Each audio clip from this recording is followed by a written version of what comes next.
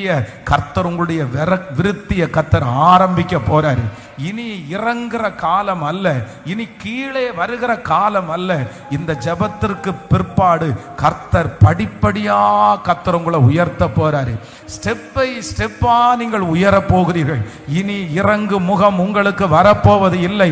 கர்த்தர் இனி உங்களுடைய கரத்தை பிடித்து ஆமேன் போதித்து நடத்தி நாளுக்கு நாள் எஸ் விசுவாசித்து ஆமேன் சொல்லுகிறவர்களுக்கு அப்படியே நடப்பதாக. ஆமென். இனி விழுகை இல்லை, இனி விழுகை இல்லை, இனி விழுகை இல்லை.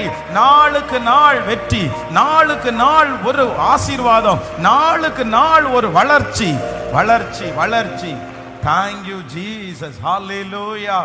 ஆமென். அப்போ அந்த 3 அபிஷேகத்திற்காகவும் ஜெபிங்க. ஒன்று, வேறுபாடு ஒரு ஸ்பெஷலா தெரியணும். எல்லார விட உங்களுக்கு ஒரு ஸ்பெஷல் அனாயிண்டிங் இருக்கணும், உங்களுக்கு ஒரு தாளந்து இருக்கணும். எல்லாரிடத்துலையும் இல்லாத ஏதோ ஒரு விசேஷத்தை கர்த்தர் உங்க மேல வைப்பாராக. எத்தனை பேர் அதற்காக ஜெபிக்கிறீங்க? நான் சொல்றது எத்தனை பேருக்கு புரியுது? உங்களுக்கு ஒரு ஸ்பெஷல் இருக்கணும். ஏன்னா கர்த்தர் உங்களுக்குள்ள ஒரு ஸ்பெஷல் வச்சிருக்கிறாரு.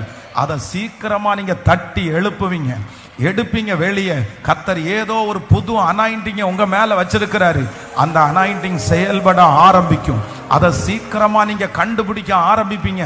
இன்னொருத்தரை பார்த்து நீங்க இன்ஸ்பயர் ஆகிறது அல்ல, உங்களை பார்த்து 1000 பேர் இன்ஸ்பயர் ஆகிற அளவுல அந்த இடத்துல கர்த்தர் உங்களை கொண்டு போய், இது அத்தனையும் ஜெப குறிப்பு, இது அத்தனையும் ஜெப குறிப்பு. இது காற்றையும் காண மாட்டாய், மழையையும் பார்க்க மாட்டாய், ஆனால் கர்த்தராகிய ஆண்டவர் கொடுக்கிற தீர்க்க தரிசனமான வார்த்தையை அப்படியே நிறைவேற்றுகிறவர். ஹல்லேலூயா.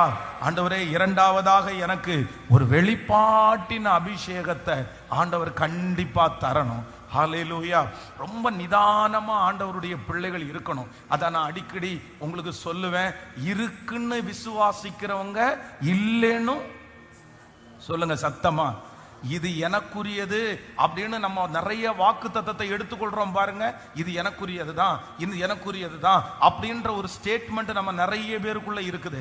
ஒரு வார்த்தையை சொல்லும் போது ஆமேன் அப்படின்ற வார்த்தையை